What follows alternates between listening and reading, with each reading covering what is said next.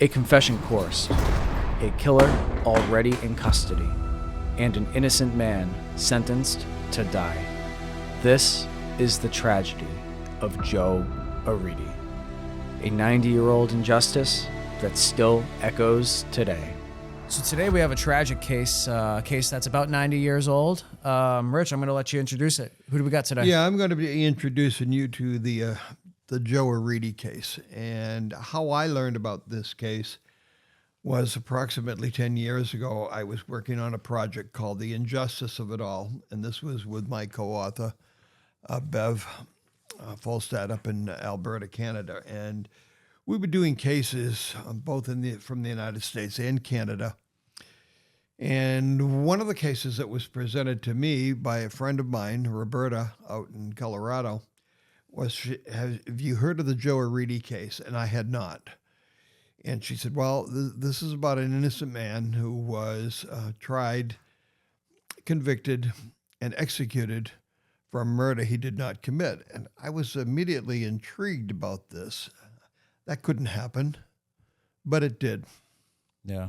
And it's a sad story about a guy who was intellectually marginal, probably on the spectrum, on the autistic spectrum, did not have much schooling, one formal year of schooling, grade 1. And then his parents were told, well, you might as well keep him home. And things have changed, thankfully, in the 90 years since this event, and people deserve an education. And we as a society are obliged to take care of that, Right. whether it be in the public sector or in the private sector. But poor Joe Arridy didn't get a chance. I had seen, I'm going to say this, then we should probably get into who he was and how the case got broken down and just kind of go over everything. But I'd seen that his IQ was in the 40s, I think, if I remember correctly. That's what they said. They measured it to be 46. Okay, yeah. 5th, 6th grade level. Sure. So rather reclusive when he was in school, had difficulty with social interaction, kind of a typical thing of people who have are on the autistic spectrum. And he was the oldest of 3 children. His parents were from Lebanon originally, came over and settled in Colorado. His father worked in Bessemer, and that's where they lived, in Bessemer, Colorado. He was born in Pueblo, Colorado, which is in eastern Colorado. We think of Colorado as being a mountainous state, but that's only partly true. It's partly mountainous, and there's some farming areas and some mining areas and things like that. Yeah. And he was born in Pueblo and then grew up in Bessemer, which is just north of Pueblo. So who was Joe Arridy, and how did this story start to take place, and what is Joe Arridy's story? Joe Arridy is a individual who did not have any education. When he was 11 years old, someone said, and I'm going to read this to make sure that I get it correctly. When he was in the 1st grade, his parents were told, you might as well keep him at home because he doesn't have the ability to learn.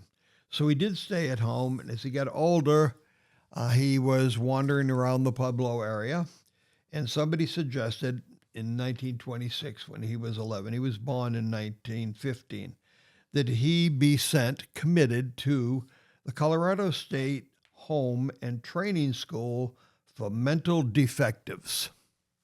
Now, doesn't that sum it up? Yeah. That you can see how we categorize people who had learning difficulties, called them mental defectives. So with that strapped on your back, how much chance do you have? Well, Joe had none. And he went to the Colorado State Home and training school. And he came out of there with a knowledge of how to ride the rails.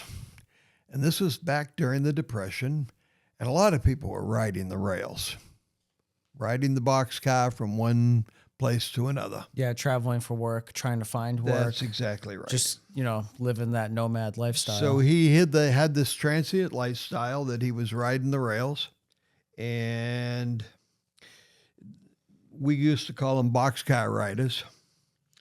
And this was during the Great Depression, and he wound up out in Wyoming. Worked on a railroad kitchen car because they were expanding the railroads, and the guys who were working on the railroads had to have 3 square meals a day. So they had a kitchen car and a dining car, not the luxurious dining cars that we see on TV for these cross-country railroads. These were basically benches and seats that were in one car. They had bunk cars where people spent the night because they couldn't bring these things back to where they could put them up, so they put them up in rail cars. Right. They would have a road crew out there, maintenance of way, setting new rail, repairing old rail. And Joe got a job working in the kitchen car, washing dishes, cleaning tables, and things like that. Was it a paid job, or was this like a trade of service? Work for food. Okay. Work for a bed. Okay. And he worked with these people for a few weeks, and finally they were going to move on. The railroad is going to move on, and he was not an employee. Right. And the railroad said, well, he can't travel. With the husband and wife that ran the kitchen car, he was kind of working for them, and they could not take him to the next stop. Sure. So they brought him to a rail yard and dropped him off because that's where they found him. Now, how old is Joe? At that time? Yeah, at this point. About 22, 23 years old. Okay, so he's left the house. Yes. Okay. He had left the house and had gone back to this training school, and that's where he learned the skill of riding the rails. Okay. So he gets dropped off back where he started, basically. And yes, he's in a rail yard. He was under the direction of a husband and wife, Mr. and Mrs. Gibson. They ran the kitchen car. Okay. He washed dishes, cleaned tables for food and a place. And when he could no longer work for them because they were moving and he didn't work for the railroad, they dropped him off at one of the nearest railway depots in East Cheyenne, Wyoming. Okay. And so this is in late August of 1936. And railway police found him, turned him over to the local sheriff, a sheriff by the name of George J. Carroll. George J. Carroll. Carroll. Okay. Interesting guy. Was involved in the apprehension of Ma Barker. Ma Barker. Which was a gang of thugs and robbers that were in that area. It was a multi-state hunt, and they either captured the parts of this gang, and the parts that they didn't capture, they shot. And so Ma Barker was involved in a shootout with Sheriff Carroll, and the press liked Sheriff Carroll, and he liked the press. He had some other high-profile cases, and so they brought this young guy, 5'4", about 125 pounds, couldn't write, couldn't read, couldn't really answer questions very well, but he was very obliging. I heard that he spoke in 2-word phrases. Yes. So it'd be like, yes, I know, things like that. Right. So But he was very polite, very obliging, and that was his nature, to be that way. This is how he survived, by being polite and being... non-confrontational. That's exactly right. So he said, this is Sheriff Carroll. Where you from, son? And he said, Pueblo. And Sheriff Carroll said, I know the chief of police in Pueblo. They recently, about a week and a half, 2 weeks ago, had a serious crime where a 15-year-old girl was assaulted and killed, and her sister was severely injured with permanent injuries. I wonder if this guy could have anything to do with this. So he started asking him questions about it. And Joe, being the obliging person that he was, who spoke in, as you said, 2-unit sentences over an hour and a half, sort of agreed that he was there at the murder site 199 miles away, at the murder site of a 15-year-old. Her last name was Drain. Now, about like his like questioning, from like what I heard, he couldn't really answer question. Like he had trouble with colors, so like he didn't understand like the color red was the word red, and he would say black, or be like yellow, and he'd be like blue, right? So he didn't really get the color terms and stuff like that. So, and he couldn't necessarily answer like direct questions. It was more so like yes or no type questions, right, too. So it wasn't like I lived in Pueblo. No, it wasn't stuff like that. Where did you live? No. Pueblo. Yeah, stuff one like that. word. Yeah, and he knew where he was from. Yeah. So over an hour and a half, Sheriff Carroll said, "Hey, this guy could be responsible." So he picked up the phone, called Pueblo, and talked to the chief of police in Pueblo, a guy by the name of Grady, and said, "Hey, we picked somebody up here, and I think he's the guy who killed that Drain girl." And the chief of police of Pueblo on the other end could have dropped the phone because he had already arrested somebody for the case. Wow. And the perpetrator who they theorized did the case and who they arrested and ultimately confessed and said that he was the only one involved, had a relationship with the father. He worked on a WPA project. This is a Depression-era project sponsored by the federal government, Franklin D. Roosevelt's New Deal, to get people back to work. They were making projects that they would work. And this particular individual with last name Aguilar was fired by Dorothy Drain's father. And there was hard feelings there. So Dorothy was the girl that was killed? Right. The I hope I have that name right. Yeah. Her last name was Drain. Okay. And he showed up at the funeral, the alleged perpetrator, and acted strange. And the police were also at the funeral on the 20th of August. Now, what does strange mean? Acted out of sorts. Okay. Did not seem to be, didn't belong. They could not figure why he was there. And Mr. Drain said, "I fired that guy a week ago from the project we were working on." And one thing led to another. The police investigated, went and got, without a search warrant, went into the guy's living accommodations, found a hatchet, which they theorized was the murder weapon, and arrested him. And he was in jail when Joe Arridy was picked up 199 miles away in a different state. Right. Because Mr. Aguilar was in Pueblo, Colorado, and Mr. Arridy was in Cheyenne, Wyoming. So he said, "We have this guy. This is a quote of Sheriff Carroll. He's a nut. He can't even read or write." That should be a clue. Yeah. So they sent him back to Pueblo under guard and turned him over to the Pueblo police.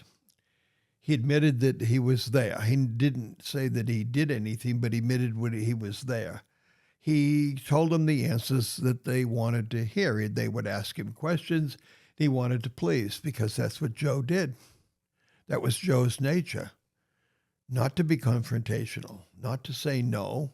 If he thought you wanted him to say yes, he did. But that didn't mean that he committed the crime. Yeah, he didn't have the... And there was a witness at the crime scene, a younger sister who was also injured, and she identified the perpetrator and said there was only one person there. The perpetrator finally admitted that he did the crime and that he was the only one. But because Joe sort of admitted that he gave him information to believe that he was there, they tried him for the crime as well. So they took this to a trial? They took it to trial. He didn't have very good representation. Court-appointed attorney, because he didn't have any money. And they found him guilty. Sentenced him to go to the Colorado State Penitentiary in Canyon City, Colorado, and await execution in the gas chamber at that institution. Wow. Which he did. A prominent lawyer by the name of Gail Ireland, and Mr. Ireland, when I shipped the file to you, I showed you a picture of Mr. Ireland. Prominent attorney in Colorado, later became Attorney General of Colorado. He heard about this travesty of justice and took Joe Arridy's case pro bono, doing it for free. And over the next 3 years, he got 9 stays of execution. So he had his execution postponed 9 times. Wow. And that's all he could do. Now, the people who are responsible for this, for the murder, the execution murder of Joe Arridy, were never held responsible. That includes Sheriff Carroll, who was looking to put another feather in his cap. Yeah. You know, this is what he did. It just seems like an easier option. Right. To be honest. And it looked like this was a big high-profile case, and Sheriff Carroll loved high-profile cases, especially if the press was involved. Yeah.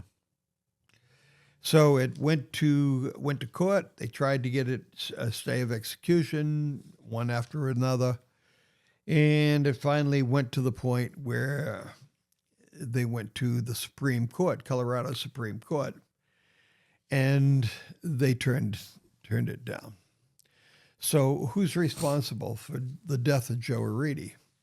The Colorado Supreme Court, the judge who tried this case, the prosecutor who made up stories to put him at the scene. Wow. This guy wasn't 200 miles away, and they knew it. But, you know, he couldn't put up a fight. He's Joe Arridy. He's got a grade 1 education. So it was easy. And they went all the way to, and I can read you the list, and I'll do that.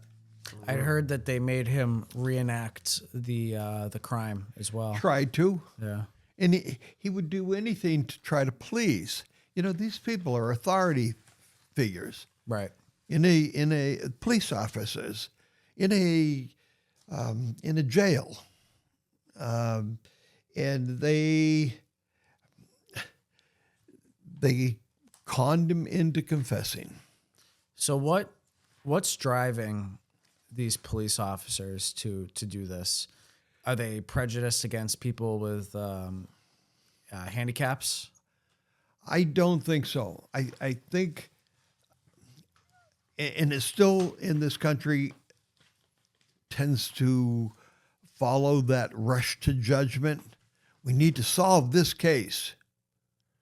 We really need to solve this case. Yeah. For the benefit of everyone, the benefit of society, the benefit of the victim's family. We need to solve the case for them.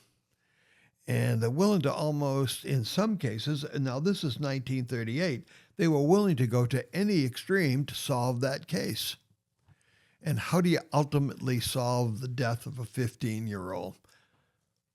by hatchet. How do you solve that? Well, you execute the perpetrator, or the alleged perpetrator in this case. I'm not sure if you've seen it. It was a recent, I say within the last 6 years, Netflix documentary called Making a Murderer. Have you seen that? I have not. It's very, very similar to this. It seems to kind of tie in the Making a Murderer, someone with a education or mental handicap is put under intense questioning. Supreme Court shoots it down, and someone did life. Stephen Avery's doing life because of it. When they know the perpetrator, it's almost cut and dry, like what we're talking about right here. I would suggest you watch it. It's a 2-season episode, and maybe I'll do that. Email Kathleen Zeldner, the attorney. That'd be kind of fun to talk to her. Might be able to do. Maybe we can do that. Let me email her. Now, unfortunately, all these people that were responsible for the execution murder of Joe Arridy are no longer with us. Right. Yeah. This was However, that doesn't mean we should forget Joe Arridy. No. And the people in Colorado, there's a group of people in Colorado, friends of Joe Arridy, and they have tried to keep his story alive so that people don't forget. Mm. And the ones who are directly responsible, well, number one had to be Sheriff George Carroll. Yeah, he's the guy who arrested him and who contacted the authorities back in Colorado. He's in Wyoming. He calls up his friend Grady down in Pueblo, and then you have the district attorney in Pueblo County, a guy by the name of French Taylor, and he fabricated so much. Fabricated witnesses, fabricated testimony, events, withheld evidence. Didn't tell people that Joe Arridy wasn't there, that he was out of state at the time of the murder. We didn't do that because what he was doing is trying to secure a conviction. Mm. Yeah. And ultimately a death sentence. So the third culprit in this, third person who's culpable, is the county judge, a guy by the name of Harry Leedy. And he allowed this travesty of justice to occur in his court. He could have thrown it right out. Said, you know what? This is wrong. But they didn't. Right. And then you got the Colorado State Supreme Court, who would not reverse the conviction. And finally, an interesting gentleman by the name of Governor Teller Ammons, who was ready to go out the door and complete his career. And he could have gone out the door and said, I'm going to commute Joe Arridy's sentence to life imprisonment. And he didn't do it. Said no. 9 times stay of execution. Wow. So his execution was postponed 9 times. And in January of 1939, they played the Woodpecker's Waltz. And that's the name of a screenplay that has been written by somebody out in Colorado, which they would love to make a movie about it. And that's one of the reasons why I'm doing this, is to keep the name of Joe Arridy alive. And Joe Arridy is buried in Greenwood Cemetery in Canyon City, Colorado, in a pauper's grave, just a grave with a stone with a number on it. And years ago, there was a strong effort to clear Joe's name, and they did. And his sentence was finally commuted. 2011 didn't do him much good. But they have a tombstone, a real live tombstone, Joe Arridy, and his date of birth, date of death, year of birth, year of death. And in the upper left-hand corner said, sentence commuted 2011. And on the other side, says, "Here lies an innocent man." So the Friends of Joe Arridy out there in Colorado, in Canyon City. And Canyon City, to give you an idea of where it is, it's like at the foothills of the Rocky Mountains. You can see the top of Pikes Peak from Canyon City. Canyon City's not in the mountains. It's in the foothills of the mountains. But you can see Pikes Peak, which is about 70 miles away.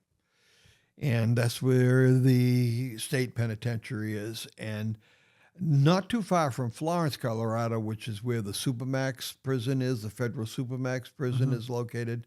So that's big industry out in the Canyon City area. And that's where Joe was sent, and that's where he stayed until his death. And the person who has written the screenplay has called the screenplay The Woodpecker's Waltz, because the inmates at Colorado State Prison, that's what they called the walk from the cell block to the gas house. Wow. Where the gas chamber is. Why did they call that the Woodpecker's Waltz? Do you know? Well, they call it Woodpecker's Waltz. Waltz is because in Greenwood Cemetery, the area where the prisoners were buried was called Woodpecker Hill. Okay. Hence the name Woodpecker's Waltz. Yeah. So you're waltzing to the gas house and then to Woodpecker's Hill.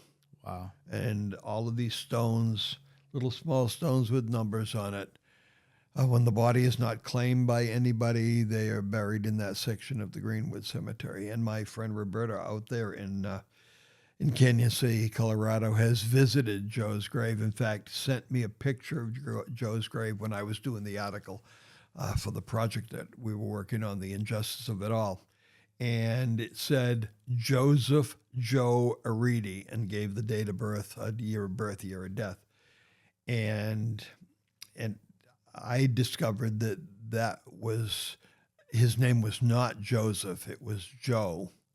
And since then, and I've seen a very recent picture of the stone, which I sent you in the file, and they evidently ground that layer off and redid it. So it says Joe Arridy, year of birth, year of death. And then they have added the other two inscriptions on there about here lies an innocent man and when his sentence was commuted.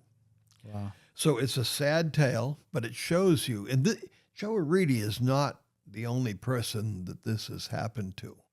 There are literally probably thousands of people that this has happened to, maybe not being executed, but people held for years, 20, 30-year sentences for crimes they did not commit. And in many cases, DNA has gone to exonerate them. Joe Arridy didn't need DNA. All he needed was the truth. Yeah. He wasn't there. He was hundreds of miles away, but he couldn't tell anybody that because he couldn't express that, because he only talked in monosyllable sentences. Yes, no. So, something that's, that I think needs to come to light in America is that, like, in the UK, the job of the prosecutor isn't really to, put someone away. It's to find the truth. And I feel like that's what the prosecutors in the United States need to do, is they need to find the truth. I think there are prosecutors that do that. However, we have seen in our brief tenure of putting on that podcast since late April, beginning of May, and when we started doing Lizzie Borden, and up to present when we did our 2 segments on the Karen Reed case, there is a rush to judgment and a rush to convict. Right. No matter what the truth is. And it's a PR game. Right. And we know what happened in the Lizzie Borden case, where within 15 minutes after noon, on a crime that had been discovered at 11:05 a.m., within an hour and 10 minutes, the Fall River Police Department had reached the conclusion, well, she must have had something to do with it. And there were other possible suspects. However, they soon became witnesses for the prosecution. And when that happens, those people don't get asked tough questions. If you're a witness for the prosecution, often you're not asked difficult questions when you're on the stand because they ask you questions about the accused. Right. They don't ask you questions about you Right. or your whereabouts. They ask you questions about the accused. And they made up their mind on the Lizzie Borden case real early. And I believe that the prosecution and the DA's office in Norfolk County here in Massachusetts made up their mind on the Karen Reed case soon after it happened, at the expense of her freedom, and took her to trial on two separate times. And in the second time, she was acquitted of the serious charge. The only charge she was found guilty was an OUI, operating under the influence. And there's still talk about the Karen Reed case. There's still talk about the Lizzie Borden case. Look at all the other cases that we've talked about. They're still talking about. Oh, yeah. JFK, conspiracy. H.H. Holmes, JFK, H.H. Holmes. Black Dahlia. Right. Everything. There's every case we go, JTR, Jack the Ripper. Right. Zodiac. Everything that we go over, there's always a conspiracy. And that's what makes the show so popular. But right. In some cases, there is no conspiracy. Yeah. However, there was a conspiracy in the Joe Arridy case, and the conspiracy there was to convict him. Yeah. And then execute him. Terrible motive. And for what reason? They had the... It was personal political gain. Exactly. They had the killer. They arrested the killer. They tried the killer. They found the killer guilty. They executed the killer a year before Joe Arridy was executed in the same gas chamber. Wow. They said... I heard that when he was in the gas chamber, he was playing with his toy train. Well, he didn't understand what the gas chamber was. No. He didn't understand what death was. They asked him, they're going to kill you, Joe. He didn't realize what that meant. He said all he wanted to do was stay there and stay with the warden, Roy Best, and his wife. They kind of looked after him. They said that Roy Best cried when Joe Arridy, and there was nothing he could do about it. He's only following orders, and the governor, who could have saved Joe Arridy, decided it wasn't in his best interest, or, even worse, that it didn't matter. Wow. After all, he's only, right? Can't read, he can't write, he's feeble-minded. This was an excuse to execute somebody? It's a crying shame. Those people went unpunished and for a long time unrecognized. However, they were recognized in that book that we talked about and I showed you, and that's the only book that I know that is. What was it called? I have it. Deadly Innocence. Yes. Yeah. And I've read the book, and it's the only book that I've seen about the Joe Arridy case. Ours, when Bev and I wrote The Injustice of It All, which has not been published, but has been the impetus for several books, including the Bradford book, including the Lizzie book. These were cases that were in The Injustice of It All. And Joe Arridy's case was in that as well, because it is injustice. What happened to him was so unjust. And it's, what can we do? What can we do to stop that? Yeah. It still goes on to this day, either indirectly or directly, to implicate suspects because we want the crime solved at any expense. We want that crime solved. Yeah. So what's on the horizon for the show? What we've been talking about? Obviously JTR, obviously Zodiac. We've been talking a lot about Richard Ramirez with Eli. Yeah, we were going to do that, and because of some illness issues and things like that, we've decided to postpone that. Hopefully in the next week or two, we'll do that.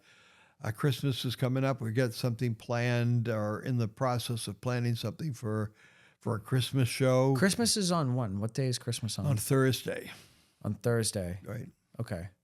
Yeah, we'll try to figure something out. Maybe do an early episode or maybe a double episode. I don't know. We'll figure all that out. We have. If you guys know a good Christmas episode, a crime that happened on Christmas, you gotta let us know.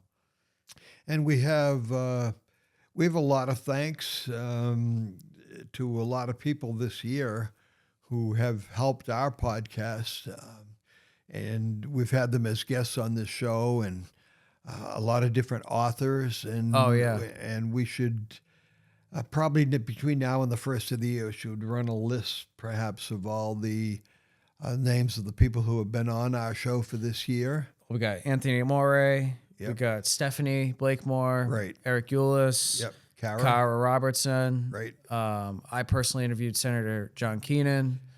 I'm working on another interview right now with another senator, but that might happen. I had IBBF, hopefully pro pretty soon, Josh Brown on.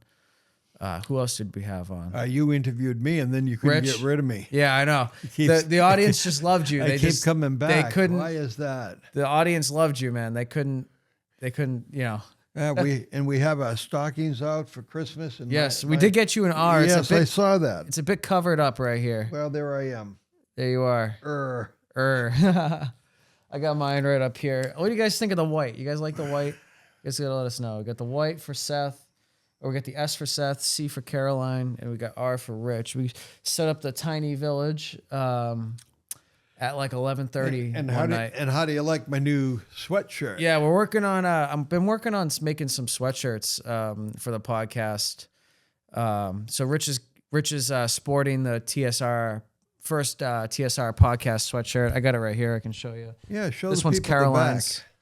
So we got the TSR. So if you go to my camera, Caroline. You got the TSR Podcast with the coffee cup because we are fueled by coffee. And then the back says... Fueled by coffee, driven by curiosity. I think it's pretty cool. And it's a pretty nice sweatshirt. It's I really like the brand. It's made by Gildan. And I got their heavy-duty sweatshirts for winter time. And boy, we really needed it around here the last few days. It was like 13 degrees out the other night. Oh my goodness. So cold. I heard the other morning when I was on my way to school that it was 16 degrees in Duluth, and it really gets cold in Duluth. Oh, yeah. There's frost outside on the grass. It was colder here than it was in Duluth on Thursday morning. So I don't have the sweatshirts up for sale yet, but I am working on making them. And we're working on something else as far as apparel. What's that? You were talking about a possible T-shirt in our future. Oh, yes. Yeah, so there's another design that I'm working on too, the TSR shirt. And who is the star of that T-shirt? That one's going to be our homegirl, Lizzie, the OG. Yes. It's going to say, if I can get it right, I'm still working with some designers, but I'm going to put it out here right now for copyright. So if anyone takes it, I'm coming after you. Coffee stains in my veins, and it's going to have a picture of Lizzie drinking a coffee. And I think it's going to kind of go over it a little bit, but I'll make it right. You know who we didn't, we forgot to add to that list of guests. We had Willard Ford. Will Ford, yep. We had Will Ford. Eli. How could we forget Eli? Right. And we had a nice note from Will that came, and it had a picture of Lizzie carving turkey. Yes. Oh, that was a great AI picture. Yes. That was awesome. I had someone ask me, is that picture real? I'm like, no, that picture's not real. That picture's way too clear. Somebody asked if I personally knew Lizzie. Yeah. And I think that coincided with the age difference question, which Mamino, if you're out there, you got to hit us up. I still have your book. I've still got your challenge coin, and I'm waiting to mail it to you. Just shoot me an email. We'll give you Menino how many, another week? Yeah, I'll give you another week, Menino. And then we're going to have to, because we got to give that away. Yeah, so we got the challenge coin and we got the Lizzie book signed, ready to go to you. Or not signed, but ready to ship out, free of charge, of course. It will be signed. It will be signed. It will be signed. So just email me. You can get the email on the website, the Podcast.com, or my email is always in the description or the pinned comment, or you can DM me on any social media. I'm always around, Facebook, Instagram, X, whatever it be. So yeah, check us out there. And Rich, and you're thinking about running a Christmas special, right? Yeah, we're going to run a Christmas special with the football book and the Lizzie book, and I'm going to make them available on eBay. It's easier for me to personalize the copies that are on eBay, and we're going to put them together, the two of them, and I think the price is probably going to be around $45. I think that's what we're talking, and that includes shipping before Christmas. There you go. So look for that. So if you our audience is mainly female. It's about 70-30 female-male ratio. So the girls can read the Lizzie book, and the boys can read ones and twos. Yes. So if you guys got a husband that's always catching the game, yes, this is a pretty interesting book. It's a big book, tons of knowledge, and it was it was a fun read. I got an interesting comment on that book, and somebody who purchased my book and obviously wasn't too happy and said, you can find all that stuff on Wikipedia, and probably. Well, you can find it all on Wikipedia, but you can't find it all together, and all the research is done for you. You can find all of this information on Bradford, on Lizzie. Well, maybe not the personal story part of Lizzie, but all that stuff can be found on Wikipedia. But having to assemble it all together in a coherent manner is a bit challenging. So yeah, the project on ones and twos was really that was a challenge to do that. Yeah. And it came out real well, and it's got a picture on the cover of Eli Manning when he played at Tennessee, and it's a heavy 3-pound book. It's a big book, coffee table type, and a lot of information there. All the history of all the drafts from 1967 up to 2017, I believe. So there's 51 years, 51 drafts, where they were held, who was picked, the order of what they were picked, and in the middle of it, the book itself is set up like a football game. There's a halftime in the middle. There's some trivia questions in the middle of authors. How many of our 1 and 2 draft picks in the NFL became authors? Oh, there you go. How many of them became actors? That's another trivia set of trivia questions. And I'll give you one, Seth. Here's one. What number 1 or number 2 pick in the draft recorded a country and western song that made it to the top 20? You were asking probably I think Caroline would have a better option. I'm not a big sports person. Yes. I used to coach sports, but cross country and track for that matter. Well, and it's funny too, because I'm basically a semi-professional athlete. I ran in college. I went to the NJCAA championships. I was part of the first team ever from Massasoit to go to that championships. And then I ran in multiple professional races and professional. So I am technically in that category, but as far as like sports coverage, just not there. Well, I'll give everybody a hint on that. I have no idea. The person is still alive. And Rob Gronkowski. I don't know. No. Interesting that you picked Rob Gronkowski, because you often see them together. The person, Julian Edelman. No, he's much older than, a little younger than me, but not much. I have no. So I'll let that hang out there and see if we can get some comments. Again, thank you for all your comments, everybody. Those really drive the show. And then for any of the history guys interested in the, or gals, interested in the Puritan era with the separatist movement, we got Cock on the Rock. And basically the starting foothold and development of the United States, building it. Yeah, William Bradford, and if you read the subtitle, it says William Bradford, Tyrant of Plymouth Plantation. And that kind of sums up his position in Plymouth Plantation. I know the people at Plymouth Plantation, the reenactment portray him a little bit differently, but he was a politician. Yeah. Number one, he was a politician, and number two, he was in charge, and he would do almost anything to remain in charge. Right. In fact, his first letter back to the UK was to send more separatists, because when the Mayflower came over, it was about 50% separatists and 50% paying customers who were not of the separatist movement.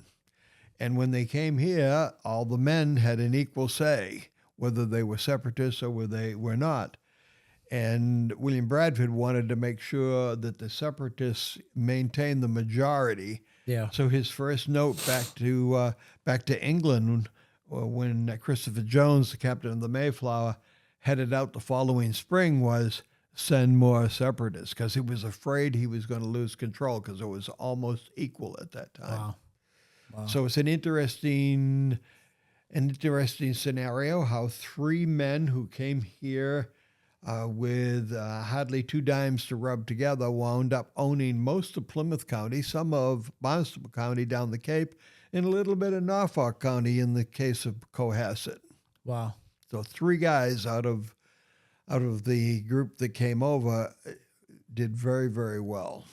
So if you guys got some extra room in your bookshelf, definitely entertain the idea of getting a gift for someone on Christmas. Yep. For the Christmas package, the 1s and 2s, and then those will be on this week on eBay. Yeah.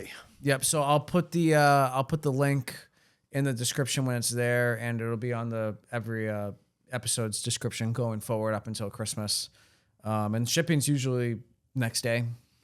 Right. Yeah, usually I ship it out as soon as possible, and usually, and it doesn't go out on media. Those don't go out on media mail. They go out on Ground Advantage. So you're going to probably see those in a couple of days. Cool. Very cool.